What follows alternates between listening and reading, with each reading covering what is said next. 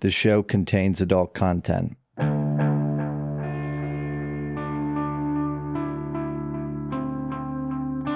We cut inside the next train car, the ghost steel's door sliding open. Ellis Crow unmasked, a sight to behold, and he stands there for a moment as we cut to the reverse shot. 20 soldiers in their seats in absolute shock at the sight that has fallen upon them. I'm going to make 20 fear rolls. Now, Caleb, are they all at -2 because they know the horrible stories of the crows? Might be a fear rating in the area. There is a fear rating in the area. 4 of 20 succeed. Wow. 16 soldiers are panicked at the sight of this undead monstrosity that has entered the room and start to flee, leaving their guns and poker hands behind. Screams erupt from the train car. These uniformed men, hardened soldiers, turn to children as the 4 with guts still left in them turn to fight. Steal initiative. Can we just imagine, right? Like, damn. Yeah, a corpse walking through. If any of them had seen the Franks that Thomas has been using, they're not supposed to do that. Why are they walking around on the train? Oh, fuck. Oh, that's true, yeah. Why does He's not chained up. What the fuck? After I deal initiative, maybe I'll ask you what makes them flee. I think that would be it. Like, they've fucking seen these Franks before, but every time he keeps them fucking chained up, doesn't he? Yeah. They're like animals. Yeah. Like, they just saw one of these things that I think it's even scarier that they're familiar with it at this point because they know what it is. It's like Crane has a pet lion and all of a sudden that lion is on the car for some reason and it's not in its cage. And for sure, Crane has demonstrated the fact of, shoot that guy. He's not going to die. Watch him eat one of you who disrespected him. Like, for sure, Crane has fully demonstrated. And this is an unchained, smiling monster. Yeah. Thaddeus gets a 7 of hearts. Ellis gets a 5 of spades. Abel gets a 3 of spades. Lucky gets a 7 of diamonds. Harper gets a 6 of spades. The extras in the scene get a joker. No! They're 4 tough That's guys. a great start for us. All right. The 4 of them raise their rifles to aim at Ellis. What's the quick draw penalty? -2? Yep. All 4 of them are getting a -2. This is not an unsteady platform. This train is well constructed. In the middle of turns, it will be an unstable platform. 1 hits, his rifle cracking, all for a symphony harmonizing as Ellis gets hit for, I blew up a D8 into a 7. That's 15, 16 damage to Ellis. Well, I would be shaken. Wow. Then there's just like a puff of smoke off your chest as the bullet goes through your dead body. After they fire, the bullet hits Ellis in his newly acquired armored duster. You're gonna need more than that, boys. Next up is Thaddeus. I think it's at that moment where Thaddeus is going to roll out from Ellis's left-hand side. He's going to pull out that sawed-off shotgun he's always got hidden underneath his trench coat, pull it out, and fire away. These panicked soldiers will be a problem in the future once they've calmed down. Ooh, the 6 blew up. Attaboy. The 6 blew up. And just for fun, the 6 God. blew up. Wow. You see me tossing it up into the air, right? Wow. Like it's bouncing. That's all right. That's 4 blow-ups. Holy crap. I think that's a hit with a raise. That's a 24. Yeah. Caleb, that was a 29 to hit. With a shotgun. Plus 2, shotgun. because it's a shotgun. Right. And Plus 2 with the does shotgun. shotgun do burst at all? Is that a thing? I don't think it technically does. With like a Mechanically, 30 plus, no. maybe. Yeah. But I did call it a sawed-off shotgun, and it is almost a 30. I mean, it's a narrow Great. train, right? Roll 3d6. That's how many soldiers it will affect. Oh, boy. Well, 9 damage. Oh, 9 soldiers. 9 soldiers. Okay, so roll damage for 9 soldiers. All right, nothing blew up. We got 8. We got 11. We got 16 damage, Caleb. 9 dead, 2 of them being the non-frightened ones. You know, the irony is not lost on me, at least, that the moment we decide to engage in absolute mayhem and murder, Thaddeus starts popping off. We've been fighting his nature this whole time, guys. That's all he's needed. With that one shot, I think he probably took like a step ahead of Ellis at that point. He gave you a warning. Best run. Get out while you can. We're not here for you. Next up is Lucky. I bet you boys can't jump off this train. If anyone can.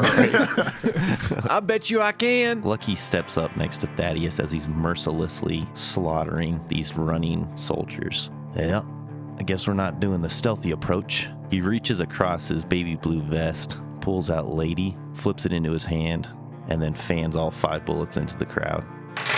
All 5 hit, 1 with a raise. You're supposed to do damage individually, but you do it however you want. We don't got time for this.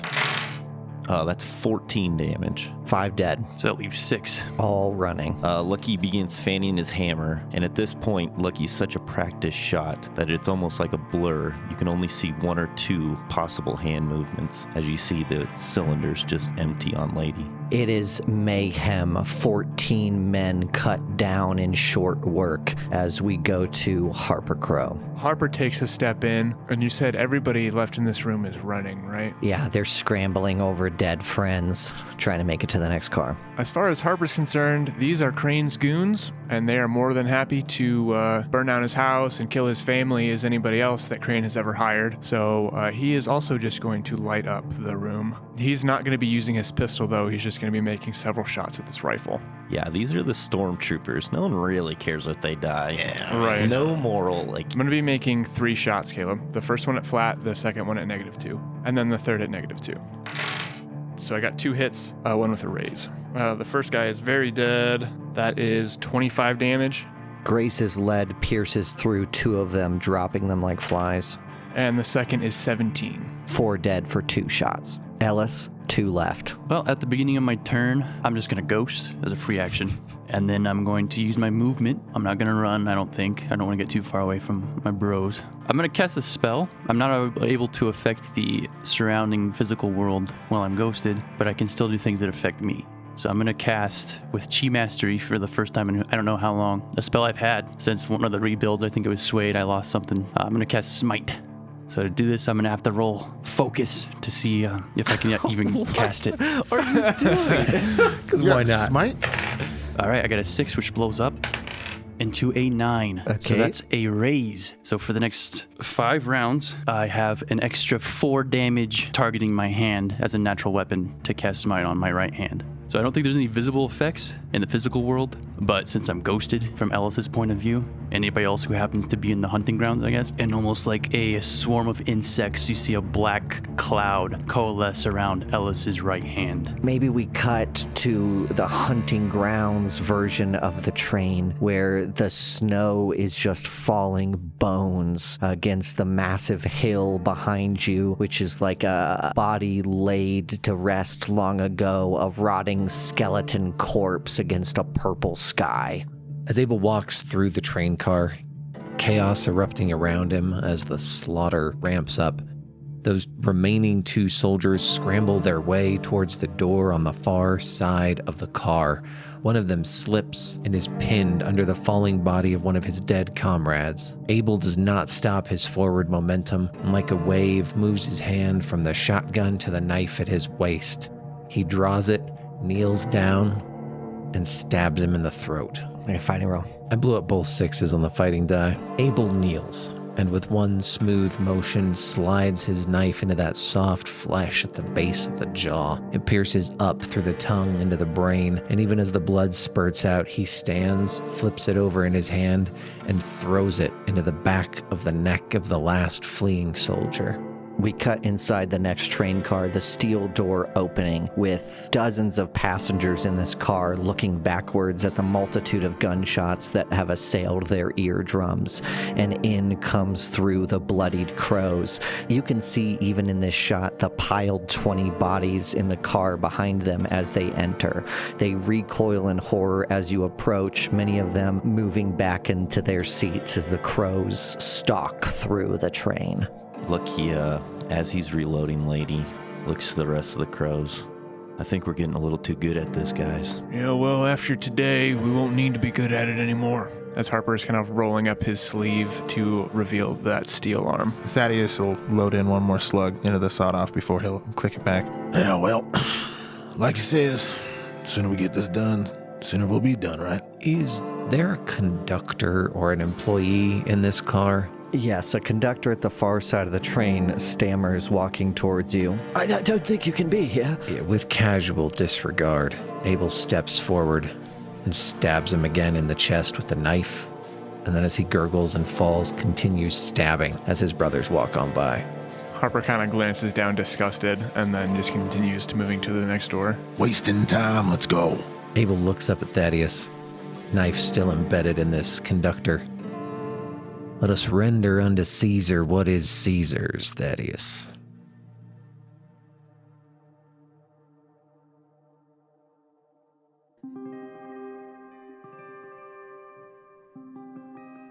The estate of the Werther family is in Louisiana. The crisp night air welcomes the late arrivals to the wake of the late Mr. Werther. We see Hiram finishing up his second drink, dressed in a suit that Crane has bought for him, deftly puts the empty glass on a tray and picks up a fresh one the waiter's carrying in his other hand in a different tray. And then we see Hiram's eyes kind of go up to the rafters and look around in a very calm, casual manner, turning on his heels, kind of walking backwards for a moment. The interior of this place seems more like it was taken out of old England than it does of the Americas. Light teal and peach colors everywhere, a pastel contrast to the black, dark clothes that the current inhabitants are wearing.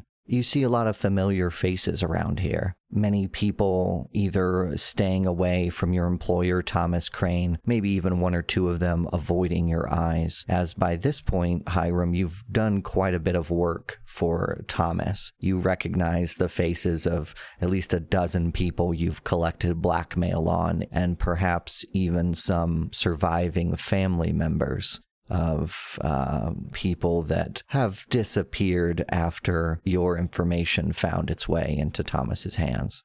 The attitude in here is not very somber. It's almost irreverent.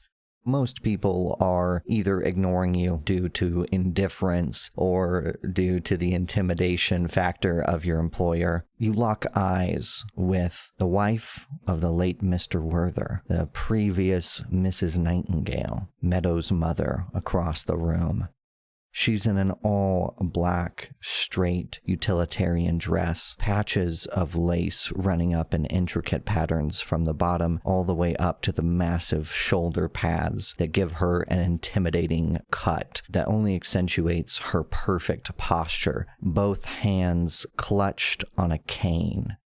The head of the cane, the handle, carved into the likeness of a nightingale, as it holds her, surrounded by placaters and family members of the late Mr. Werther. She's wearing a flat-brimmed hat with a short top, and around the edge of the entire brim runs a black veil that obscures her face. You can barely see her haunting eyes as they glance up to you, Hiram. And she makes an excuse to the people around her, nods, and starts to walk over to you with the clacking of black boots and the cane following them. Something about the extravagance of the suit feels flippant on Hiram's frame, and maybe his demeanor helps accentuate that. Several drinks in, his hair is combed back, not bound, tumbling down to the top of his shoulders, oiled back. He's as clean-shaven as maybe we've ever seen him, which is to say, still has a little bit of scruff. He's taken to whether a gentleman's posture or something a bit more reserved. He has acquired the habit of keeping one hand in his suit pocket, or his jacket pocket, while he uses the other to drink or interact. And it's no different when he spots Meadows' mother, and we, the audience, can see that within the suit jacket, a deck of oily black cards, which he subconsciously runs his fingers along. As she begins to make her way across the room to him, Hiram raises the drink to his lips, mutters to himself, "What the hell do you want?" allowing her to approach him. I think he's tipsy enough that he knows this is probably a bad idea, but it's unlikely she's going to make a scene at the wake of her husband. Puts on his best, polite, professional smile, which is clearly not still fully genuine, but maybe it fools the vast majority of onlookers. She walks over with a tight smile and brings the click-clacking of her cane to a stop, a final ring of it on the marble ground as she stops in front of you. You can barely see her eyes through this veil in front of her, and you could swear she has a smile on her face. "Well, Hiram, it seems like my husband's finally gone off his bucket, eh?" "Well, Ms. Werr, they do say justice never sleeps. Suppose I had to see it for myself." I suppose we all have to die sometimes. Speaking of, I thought you would have left by now. It seems like you've made enough money working for Crane, and he's got all the judges in his pocket he would ever need. As it turns out, those who dictate the laws of man are not above the laws of God. God Almighty. You're not a man of justice, Hiram. Don't pretend to be so. You are not driven by a desire to make these men, and she gestures around vaguely to the party, face themselves, or make them face God. They're just getting an edge for you and your employer. Well, Ms. Werther, I suppose we can't all have lofty ambitions for the way we change the world around us, but I think imposing your own will on the world, or doing your best to make things the way that you want them to be, to carve out that piece of life that we all want so desperately, I don't think that's too far off the mark for you, for me, for Mr. Crane. For Meadow. I don't rightly know what you mean. She's got everything she wants, right?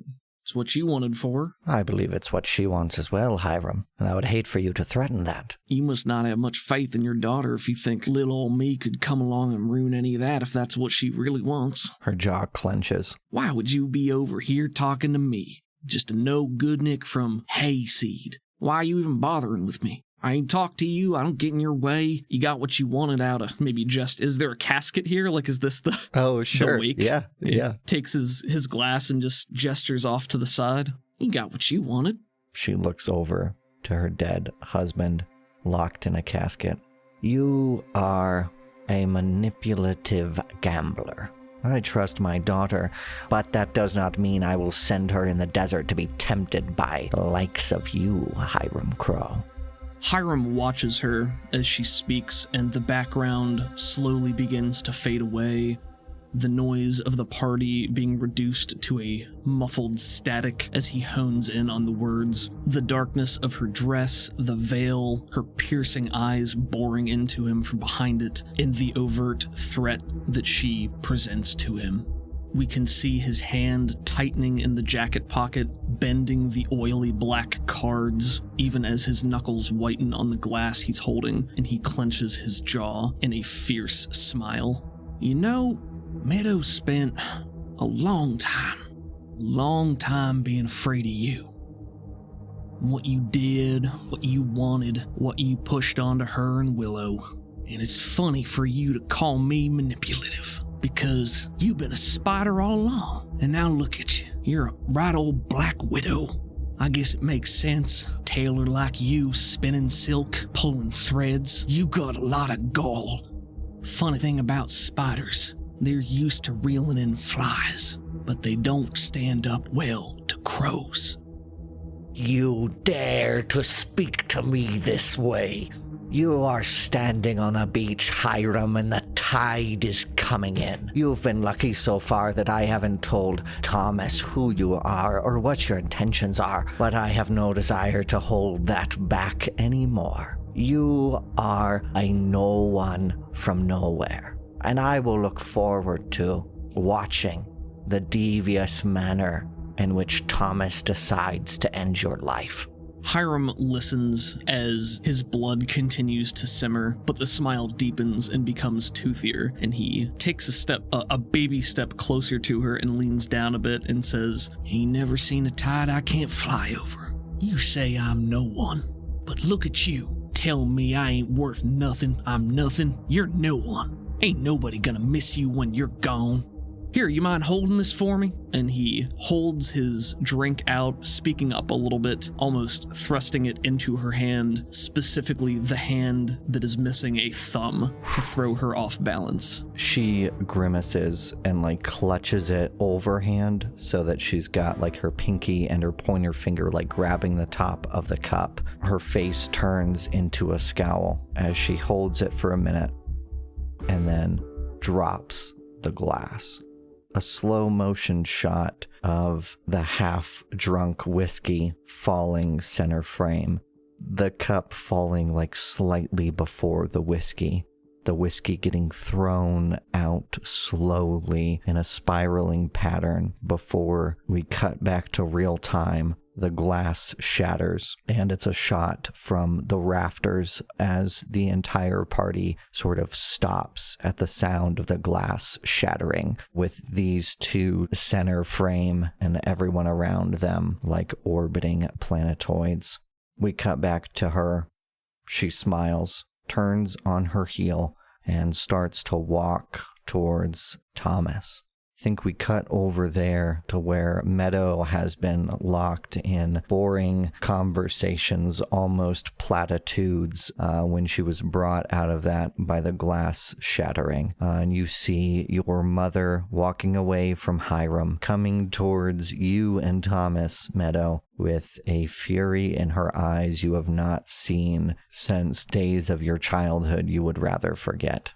There's a moment where Meadow locks eyes with her mother, and I don't think Meadow says anything, but we do see her hand tighten on Thomas's bicep, and the fabric of his very fine suit wrinkles, and her jaw clenches, just waiting for this storm to hopefully pass. Can she maybe see Hiram over her mother's shoulder in the background next to the smashed glass as the entire party is watching her stalk over? He takes a stagger step back, maybe coming back to himself in this moment to realize this is about to happen. She's about to tell Thomas everything, his hand clutched in his pocket. I think in that moment, your mother has had time to cross the distance. We see her face twist into a picture of distress. Her jaw clenches as her mouth opens. We cut back to Hiram. His hand still stuffed in his suit jacket, clutching the deck of iridescent, void-like cards in his pocket. As his mind races into overdrive, we see him thumbing over the cards furiously, eyes widening in panic, and his scattered thoughts coalesce. We see his lips moving and hear the soft words, "Nobody, nowhere, nobody, nowhere." His thumb runs over the side of the deck like a practiced gambler. We get an impossible shot, a macro close-up of the edge of the deck in super slow-mo. His thumb moving at a riffling speed is in this moment to the camera moving at a crawl. Pulling back the stack of cards, his thumb barely moving before it releases a single card that slaps down on the deck below it. And then his thumb continues its wave upwards, another card slapping down into the deck. And in this macro shot, it's lit as such that small puffs of dust explode from the edge of the deck with every flick. And to Hiram, as we cut to his eyes, you can see it almost like a projector thrown into his pupils, that dark void which can see more than the room around him. You see 52 versions of the room, and as you flick through the deck, one by one, you can see spread out before you a choice you thought you'd never have. A choice that the spades are presenting to you in a clarity unlike anything you've ever seen. And in that flickering moment, you can see a reality in which Meadow's mother never existed. The panic that we saw settle into his expression cracks, and a manic smile returns to his face, and he whispers again to himself, "Ain't nobody gonna miss you when you're gone."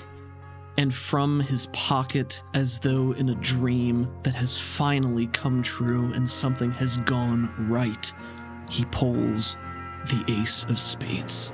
There's an immediate cut once again to that shot near the ceiling. And in that cut, we can see that Meadow's mother is gone. The room is locked in the silence that was brought about by Hiram and hers exchange for a beat and another, before the inhabitants of the room, unsure of why they stopped their conversations, return to the lives they've always led. Hiram comes back to himself as reality centers, and he glances around, seeing the confused expressions, and he licks his lips with a glance to the ground and says, "Oh, I'm sorry, I dropped this one. Let me get another. Someone come clean this up, help me out here." And begins to pick the pieces of glass up from the ground. Meadow gives you an absolutely withering look and a slight shake of her head before returning to her conversation. As you turn back, you can see Crane's eyes caught on you, a slight smile on his lips as he sips his drink, staring at you, Meadow, before his eyes shift slowly and purposefully to Hiram. And he takes another drink.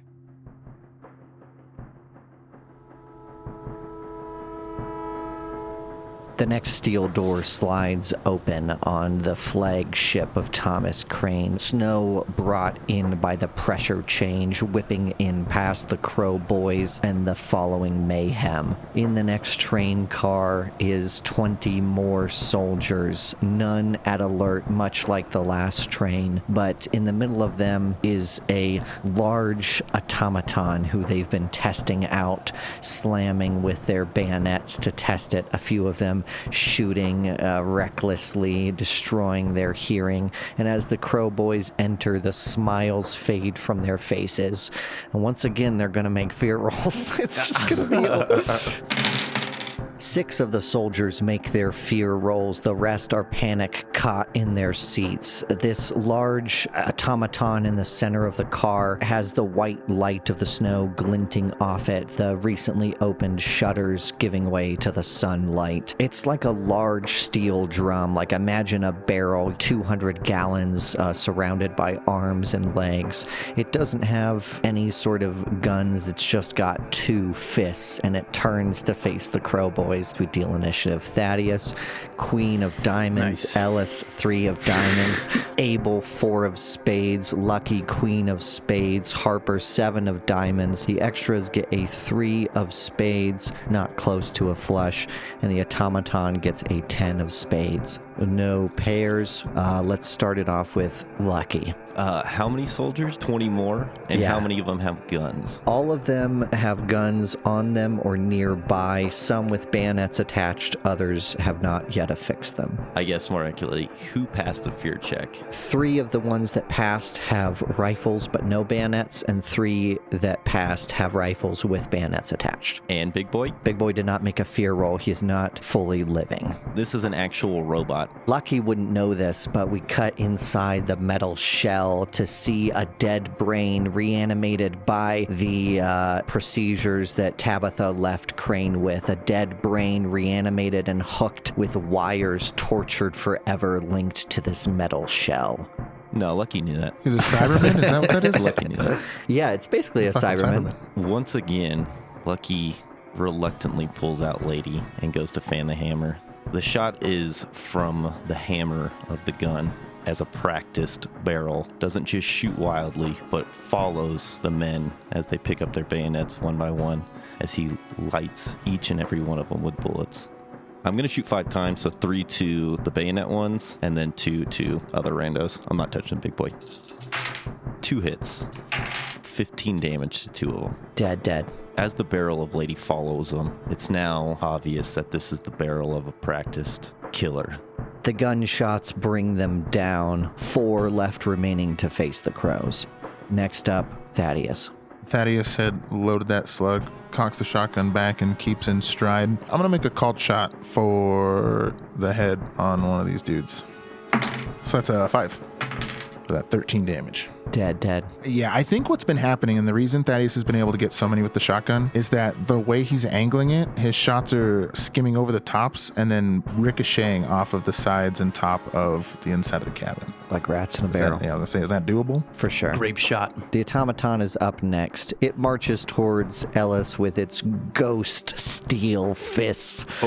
What I love about this is that it's just going to be Ellis standing there with like a smile on his face, and he's just going to get socked in his nose and go, "Ow, fuck. Oh, he can hit me. Yeah, really cool. Damn, boys, he can hit me." Blew up an 8 into a 14. It's size 1, so it's going to get -1 attacking you, so that's 13 against a parry. That's exactly a raise. It's got a D12 strength plus 4 plus a D6 from the raise. Blew up a 4. 17. That's not even a hit with a raise.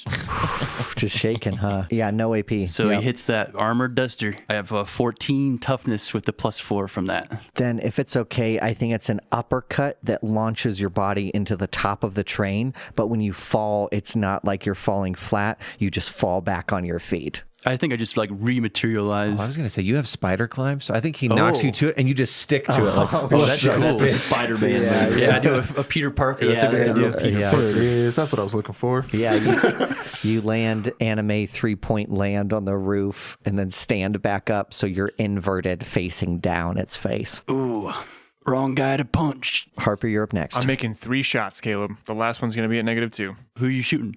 I'm shooting at Ellis.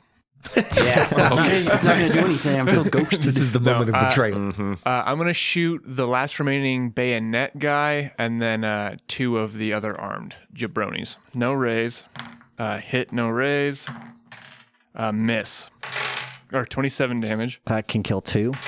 12 damage. Cool. So 3 dead. There's only 14 feared, panicked soldiers left. And I think with Harper, he's just holding that lever action rifle down at his side and just very quickly hitting the lever and firing off a shot 3 times in a row as he's just panning it across the room. Your ears are already ringing, Abel, and it's your turn. Standing next to his brothers at the start of the car, Abel sees this automaton come up, smack Ellis. Abel takes that shotgun from his side, raises it up, and fires both barrels at the automaton. I'm going to do 2 shooting rolls so I can roll separately. Multi-action, -2. Shooting a shotgun gives you +2, so flat.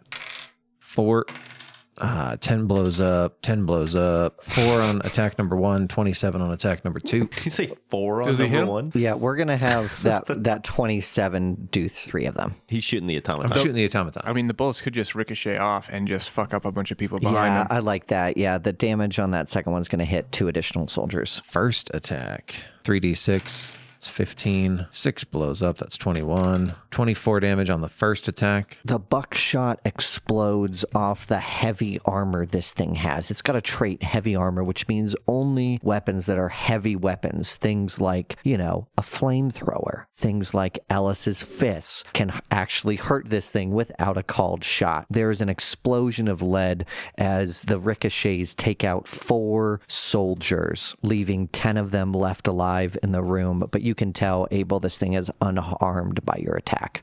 Since you know this information, Abel, you can use your second attack to target the room instead. I already rolled my second attack. After his first shot ricochets off this thing, Abel, comfortable that he's going to try something different, instead leans to the side, aims the shotgun down the long car, and fires indiscriminately into the crowd. 18 damage. 3 more of them bite the dust. 7 left. The soldiers act. They're all frightened. They're all panicked. I'm going to make spirit rolls just because I want them to do something. One of them rolls a 15. He keeps a cool head enough to run to the side where you see a talkie box, intercom, much like the one you saw in Tabitha's constructed fortress. And he yells into it with a panicked, trembling tenor. Crows are here, boss! The crows are here! We cut to a plush, small office.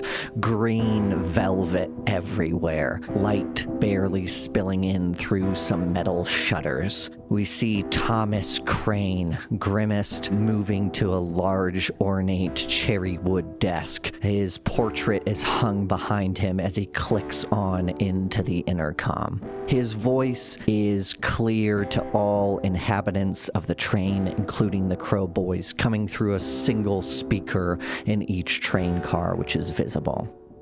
The one that looks dead, boys. Aim for his head. It's the only way to put him down. And if you're not sure which one, you might as well aim for the head of every goddamned one of them. You're on my train now, boys. And if you think I didn't know you were coming, you are dead wrong. them. Spider Pig, it's your turn. Spider Pig. Ellis Crow, it's your turn. I think I'm gonna unghost as a free action, and then I'm gonna drop down from the ceiling of this train. Yeah, that's right. And do one of the classic jump down puncharoos like you see in action movies all the time. Oh yeah, They the jump up down in the air, puncharoo. and as they're coming down, they do a good old puncharoo. Oh, I do know that one. So I'm gonna do that to this automaton. I'm going to make 2 attacks. So the first is gonna be at no modifier. The second one is gonna be at -2 for being an offhand attack. It's got a parry of 6. And this is gonna be a frenzy, and the next one's gonna be frenzy 2 with improved frenzy. Okay, so you're doing 4 attacks. I've never been so happy to watch this bullshit happen. So that's 1 hit and 1 hit with a raise. All right, so that's gonna be 15 damage before I factor in the +4 from smite. Yeah, that's right. That's right. So we're looking at 18, 19. Shaken with a wound. It's got bennies. Got its own bennies. That's a wild card. What no. a bastard. Soaked. Damn, Punch him again. Punch him hard, Ellis. not very much damage. So he's shaken from that. Great. So you jump up, slam into the metal armor. It caves in. It stumbles back, trying to regain its footing. A bit like the Boston Dynamics robot, a soulless shuffle. That's 1 hit with the raise. 20 damage. I'm going to save its last penny to try to fuck one of you up, so it takes 2 wounds. Well, he's got another attack, Caleb. Second attack from that improved frenzy, 16. Yeah, what were you doing with that Benny, dude? Were you using it to soak? I think you were. You gonna focus up, Caleb? You're not so big when you're not attacking the weakest of us, are you?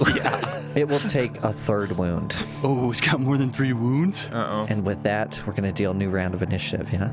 Thaddeus, 8 of clubs. Ellis, 10 of diamonds. Abel, king of spades. Lucky, Close. 2 of spades. Harper, 6 of spades. Extras remaining get a queen of hearts, and the automaton gets a jack of spades. Is that 5 spades? We're going to deal a new card to Abel, replacing the king of spades. Thaddeus, you can choose to deal a card to someone else instead if you want to let me exchange one of the cards on the table for a spade. No. He's Well, at I'm a looking at it. -3. No, I know. I'm just looking at it like Ellis is the only one that can do much to him, and they're just. Sorry, Abel. It wasn't the ace of spades. I'd save that one. Then you don't go first, you go third with 8 of spades. Sorry, Abel. What you see, Thaddeus, is you see that, you know how gamblers, how cheats run their hands on the side of a marked deck and they can feel intuitively what the face of that card is just by the cut they've inscribed into the side of it. You see that, but instead you see Abel going first, taking the shotgun and firing, and then that's gone in a moment. And instead, the extras are going first. Cool? Yeah, no, that Yeah. startles Thaddeus for sure. It's like you see futures on the faces of cards. I'm seeing potentiality unfold before me. I am all the the Kwisatz timelines. Haderach. Yeah.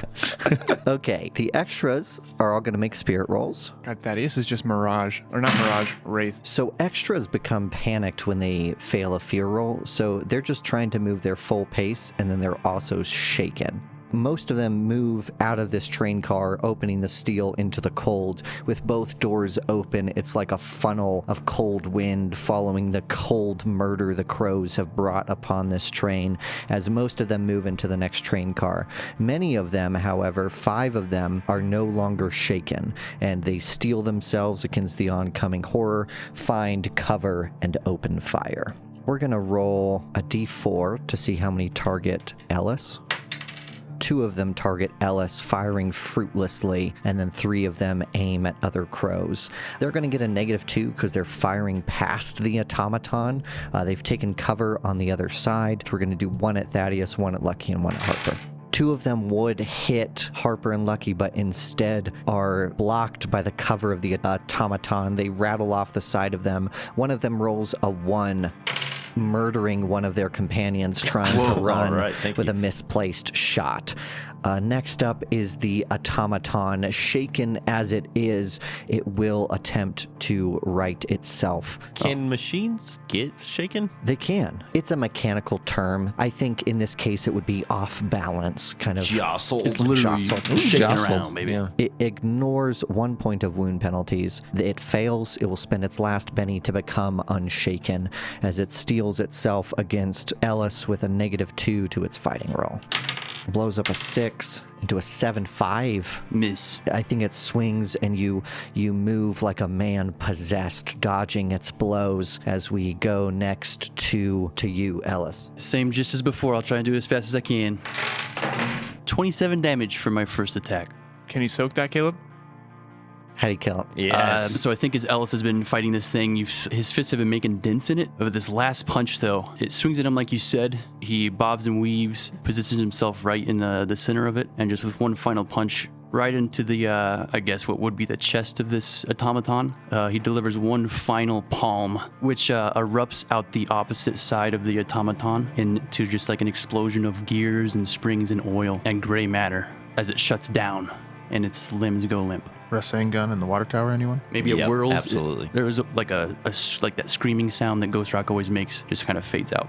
I kind of like the imagery of like him punching it. Since these guys are on the other side, it sits there for a while, slowly topples over, Yeah. and they see Ellis, and That's then he cool. charges one of them. That's cool. I like cover too. Give us cover. Well, I don't know if it's gonna hit him or not, but I got 1, 7. Oh, are they unarmed? The melee They've weapon? got bayonets. Bayonets. Fuck. So I got 1, 7. I think the other one's a miss then. 7 hits, no raise. 12 damage. Dead. That's the end of my turn. I think Ellis just very quickly just dispatches them. No pageantry to it. Abel. How many are left? 4 unshaken, 1 panicked in the next room. It's a profile shot of Abel as he swings his right hand, tattooed as it is with a snake wrapped around his arm, ending with that open, fanged mouth on the back of his hand. His empty palm takes the familiar shape of holding a gun, and in a moment, dust and darkness materializes into his hand, and the gun of the hanging judge appears. It's a dark steel weapon, 10-inch barrel, bored almost to 50 caliber. As it materializes, also pulled from the air in that same inky blackness, 6 shells filled with hot lead form into the chamber that locks in place, aiming its fate at the soldiers beyond. As Abel holds the gun aimed at these remaining soldiers, unseen to him, he feels that familiar tingling in his right hand as one of those companion Manitau aids its strength to his hand holding up this mighty weapon. He fires at the first soldier, and then as his hand swings over to the next target, the gun disappears, reappears, the chamber rotating and filling again with another one of those cursed bullets as he fires, functionally fanning the hammer at the remaining soldiers in this car. I have improved fan the hammer, so -2. Trademark weapon makes it -1. So I'm rolling all these at -1. Nice. I guess they have cover, so you got -2. I have 3 hits. One with a raise. Did you get 2 raises on the one that hit with the raise? Yes. Cool. Yes. Then with the extra raises, deal normal damage to 3 and raise damage to 1. Okay. 3d6 plus 1. 13 damage to the first. Dead. 25 damage to the second. 8 damage to the third.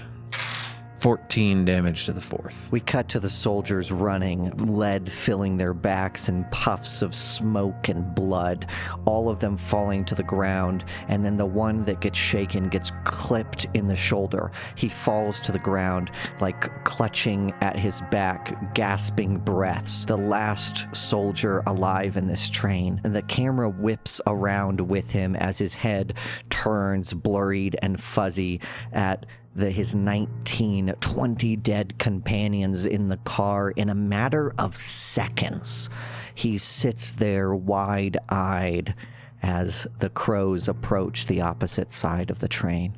Please, I got a brother. I got a brother back home. All right. Well, why don't you go back to see him then? Harper leans over and with that mechanical arm lifts him up and kind of exits the door and just throws him off the train. Hell yeah. That's nicer than I would have. So, Same. I was going to send him out the door too, but, There's a chance he'll survive. He takes 6d8 damage. This is a good experiment. Wait, is it more efficient to have Ellis throwing people off the train? Yeah, can we just have a door open and I can You just can throw open people? the shutters, slam them through. Is it athletics or fighting? I was trying to make a moment of reflection, but instead, this man is thrown out carelessly for 27 damage as he impacts even in the snow, crushing bones and his brain. No one's going to find him until next summer. It's going to be the smell. Damn. As we're getting ready to go into the next car, I think this time Lucky and Abel are at the back of the pack. Abel places his now empty hand on Lucky's shoulder and leans in. Don't think on it too much, little brother. This day's on Crane. Flabbergasted, Lucky turns to Abel. No, I think this is just what the crows really are. I think Lucky isn't sure whether Abel is smiling or upset by that. The Crow Boys continue their mission of mayhem towards the engine. The two contingents of soldiers that guarded the front now cut down. Only a scattering of soldiers remain between them and the engine, and they are short work to the furiosity of the murder that is laid upon them. Passengers are thrown aside, some run towards the back of the train, another conductor or two punched down to the ground or killed on the way to the engine car. The whole time, Crane's voice is rattling through the speakers as your booted feet clomp on the heavy metal. Your mission is fruitless. There are countless soldiers on this train ready to gun you down. 5 men against 100 is nothing. Automatons and machinations of the new science will put you down. Steel yourselves, brothers, against the oncoming storm. The crows are no match for you. And to you 5 brothers, I will let you, generous as I am, calm yourselves. Give up now and I'll let you live. I have no quarrel with you. It is only the adulterous mother that bore you that I have laid my claim upon. Oh, well. You fucked up. Crane just does not get us. You know? He just doesn't get us. Does he not understand? And also, he just insulted her again? Yeah. That he lays claim to? Get the fuck Over out of the here. intercom. The steel door to the large, almost modern-like engine of this train slides open. It's a cavernous expanse. A few engineers and 4 guards guarding them, which are quickly gunned down or torn apart by Ellis's monstrous side. The 2 engineers turn back to you in horror. Oh my god, you're the crows! Oh my god, you're the crows! Damn right. How you gonna make this thing go as fast as it can? No, you let us live? Sure. One of them turns wildly to the controls and after slipping on them, pushes a lever to the maximum. I think it's a couple of levers. I think they have to twist some It's a some valves. They have to pull a lever. There's one like a big switch that they pull, and then I think as they do that, Harper walks up to that big switch and just takes his metal arm and just twists it. Doesn't break it off, but twists it in a way that it can't be pulled again. And then I think he points over towards the lever and says, Ellis, you want to get that one? Yeah, sure. And then Ellis does the exact same thing. With less metal? With just a regular arm. Well, it's not regular. Give yourself some credit. Yeah, come on. It's a pretty weird looking arm, I bet. Cut to him now, and you can see that his confident tone that he's projecting over the intercom is not the same as the fear that is crossing his face in this small room looking into the box. Someone runs into the room, just a soldier. They got to the engine. He looks up with hate in his eyes, yells at him to get out, and then pushes the intercom once again. This is between you and me. Whatever happens, you leave my daughter out of it. You understand me? I would assume that the engine has a talkie box, Yes. so we can talk to him perhaps at this Yeah. I point. think it's probably pretty important for it to be up there. I think every car with an intercom has a return to sender button. I mean, I know what I would want to say. Thaddeus, nearest the door, presses the button on the wall, opening up the intercom's speaker to the floor of crows. Crane? Crane, is that you? Is that coward yellow belly bitch I've been hearing over this here talkie box for the last several minutes? while we've been slaughtering his men? Is that you? I think slaughter's a hard word. My men are strong fighters. I imagine they're as strong as you are. We ain't seen you either. You haven't seen an inkling of what I have, Thaddeus. No, in fact, you have been quite disappointing as a politician and a man. But we here up at the engine, so we were wondering what some of these levers did. You want to come up here and help us, or should we just come back and tell you what happened? I've had enough of your foolishness. If you want to fight, let's have a scrap. Nah, Tommy, I think I'm down for a little bit more foolishness. But if you'd like to get ready, my brothers and I will come back. You won't make it halfway before my men crush you like pulp. Well, we already did make it halfway, Crane. You know, this is a pretty train. It's almost a shame to be blowing it up this way. And then I think Harper just loudly starts banging against, just the controls just to make loud noise across the intercom. That ought to do it. Oh, that looked like that said break there, Daisy. Yep. You know, Crane, I didn't know Lori was on this train, but that's good information to have. He slams his fist against the speaker on his side, composing himself. Now, Caleb, this talkie box, is it going just to Crane, or That's do we what I'm think it's to curious the about. full train? Oh, if someone wants to spend a penny, it goes to the whole train. I've never seen a penny come out faster. That was my last Benny. So. And I think I know what you're about to do. Abel grabs one of the conductors. Yep, that's exactly what I thought. Abel grabs one of the conductors and drags him close to the box. Unconcerned with the man's protests or exclamations, it's been a long time since Abel scalped someone. Oh, shit. Oh, whoa. But you never forget that. Practice motions, he takes that knife off his belt and begins to peel the scalp off this screaming, tortured man, making sure that each and every bit goes through that microphone, beamed out over the entire train. Make an intimidation roll. Can I help? Yeah. Oh, Jesus Christ and darnation. This might be the most horrendous thing that could ever occur on this train. You think that's going to help? Just the chaos of somebody who clearly is being sarcastic about something that is awful that they think is going on up there. Make a performance roll. Oh, I don't have that. I know. Give it a try. What's the worst that could happen? What did you think I was going to do? Hey, my 4 blew up. There you go.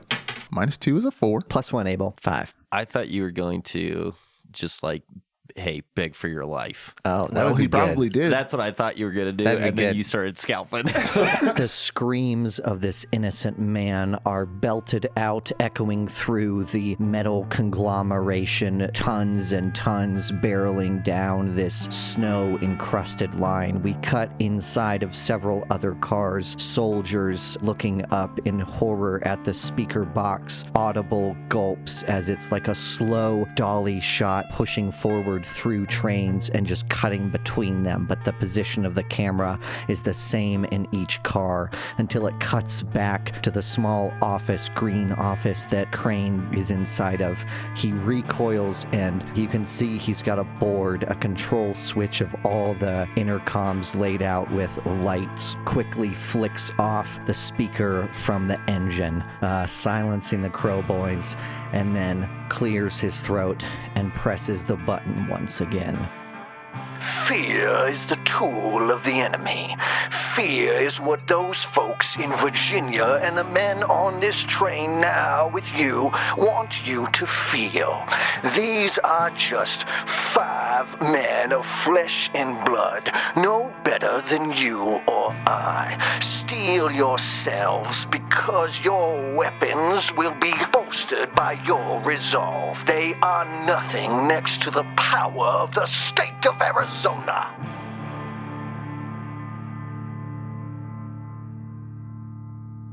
That's the first thing I've ever done I feel a little bit bad about. Like IRL, I feel a little icky doing that. But What, scalping a man? On Yeah. live TV, basically. I feel a little icky about that. Yeah, with casual disregard, Abel steps forward and stabs him again in the chest with the knife. And then as he gurgles and falls, continues stabbing as his brothers walk on by. Harper kind of glances down disgusted and then just continues to moving to the next door. Wasting time. Let's go. Abel looks up at Thaddeus, knife still embedded in this conductor. Let us render unto Caesar what is Caesar's, Thaddeus. I don't know who this Caesar guy is, but he must have been a real piece of shit.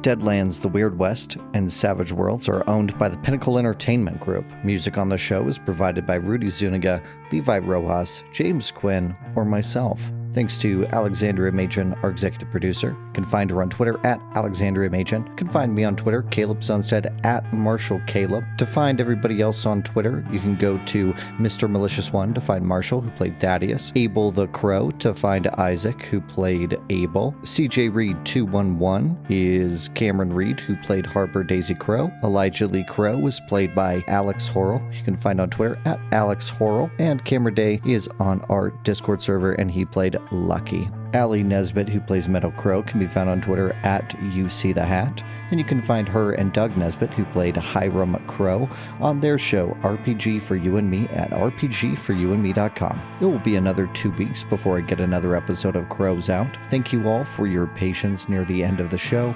I am appreciating the extra time. So thank you to everyone that listens. Thank you for your support. Thank you to our Patreon supporters. Thank you to Kirby, Matt Stevens. Thank you, Gary Oswald. Thank you, Jonathan Turner. Thanks, Jared. Thank you, Kyle Neese. Thanks, Ariel. Thanks, Greg Gray. Thank you so much. And then thank you to Alchemist Abigail Fennel. Thank you, Jackie Betts. Thanks, Catherine Drake. Thank you so much. Thank you to everyone as always. Thanks to everybody that showed up for our commentary of episode 221, 223, something like that. We will try to reschedule Cupid Boot as soon as we can. And while we won't see you next Monday, The Weird West will be back soon. Bye.